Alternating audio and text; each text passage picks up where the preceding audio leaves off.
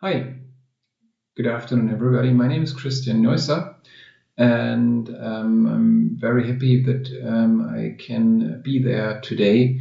I'm sorry that I'm not here in person. I have a trial lecture, and that's why I need to reschedule everything in the next 2 days. I'm right now at the airport. I'm leaving to my trial lecture for tomorrow, and that's why I had the opportunity to present. But because of the rescheduling now, I will miss my flight. Boarding time is very tight, and that's why I give you a short recorded session of 10 minutes. The question I want to explore with you in the next 9 minutes is what it actually takes for a firm to deploy generative AI in customer-facing marketing without committing a moral wrong against the people it speaks to. And in this case, I want to start and give you a short explanation about that. The literature gives us two contradictory empirical findings about the same technology.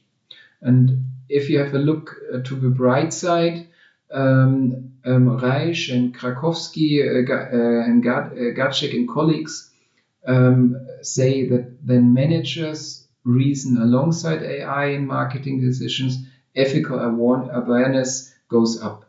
They are less likely to violate ethical norms. The algorithm surfaces considerations they would otherwise rationalize away.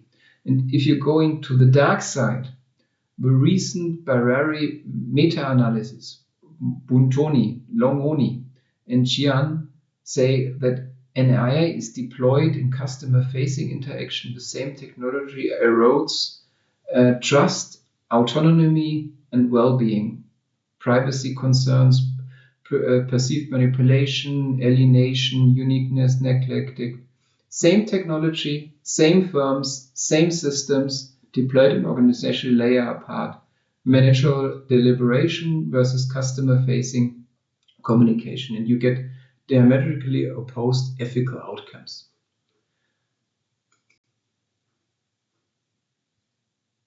Going to the next slide, our paper argues that this paradox is symptomatic of a missing distinction. We distinguish felt from enforceable responsibility. When you look at the left side, the felt responsibility is what the bright side literature actually documents.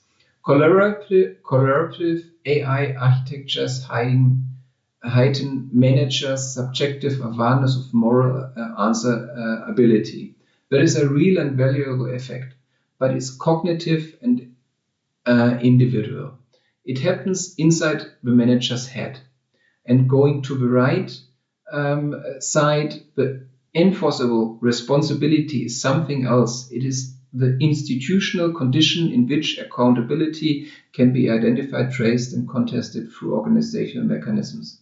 Decision rights are assigned, approval routines are audible, escalation pathways exist, sanctions are possible, responsibility survives turnover.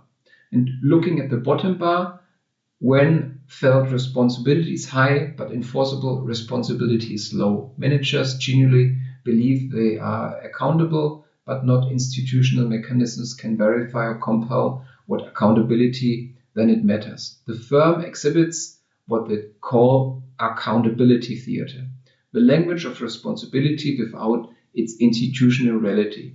And accountability theater is what consumers correctly detect when AI-mediated marketing harms them and they cannot find anyone to address it.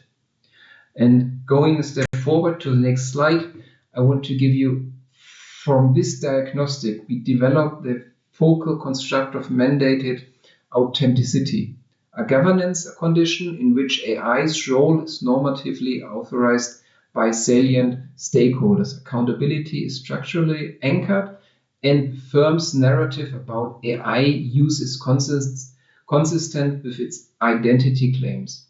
Mandated authenticity is not perceived authenticity, not legitimacy alone, not trust alone. It is governance configuration in which the three jointly hold. And we propose a 4-element architecture. through which mandated authenticity is produced. First, mechanism. Second, structure. Third, trust. Fourth, mandate. This is the MSTM. And mandate is the institutional level. Stakeholder guaranteed legitimacy for AI to speak. Trust at the rational level, the customer expectation of competence, benevolence, integrity. Structure at the organization level, decisions, rights, and audit. Mechanisms at the practical level, the concrete AI-enabled marketing actions. And looking to the right, each layer has a dominant failure mode. And this is the punchline, the failures are coupled. Capability creep at the practical level produces accountability diffusion, and the organizational level, which produces authenticity, drift at the rational level, which produces legitimacy, contestation at the institutional level. It is a cascade, not four independent risks. No single layer can carry the ethical weight alone. Strong mechanism controls without structural anchoring give you accountability theater. Strong trust mechanisms without mandate gives you compliance without legitimacy, agency. Going to the next slide, the architecture tells you what must align. The process tells you how firms get there or fail to.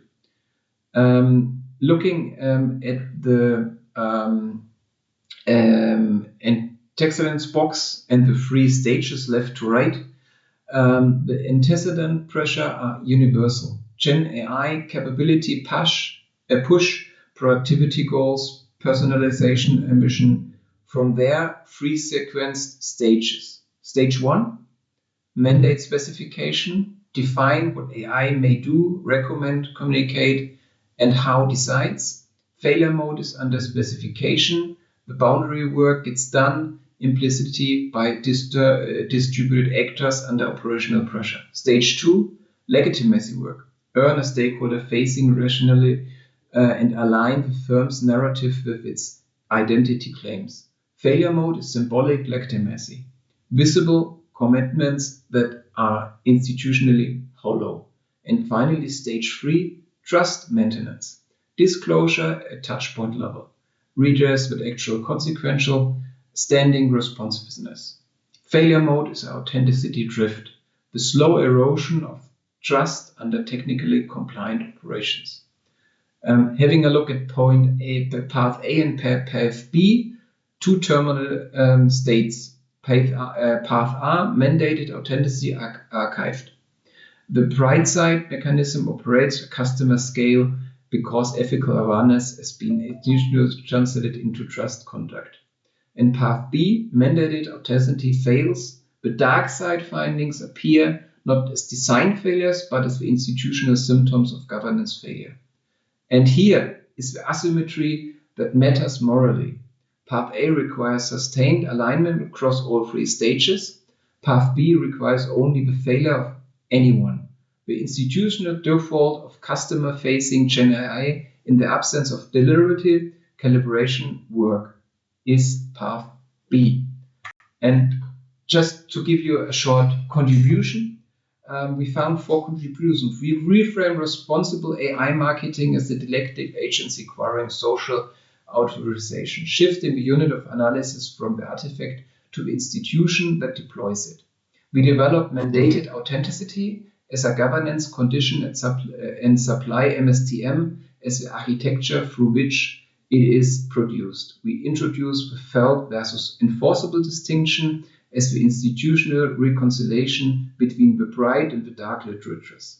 And we identify family firm identity salience and organizational transition as a legitimacy threshold moderators. Have a look to the right. On the empirical side, the framework yields 7 testable propositions across field experiments, vignette studies, and longitudinal cases, and a longer-term agenda around scale development for mandated authenticity. Customer-facing generative AI is a governance problem before it is a tool problem. Their firms treat it as a tool. AI-mediated marketing becomes persuasive delegation without legitimate accountability. Where the threat is it as a governance change, AI can become a legitimate participant in market relationship. Thank you. I'd like to take your answers. Looking forward, just give me an email.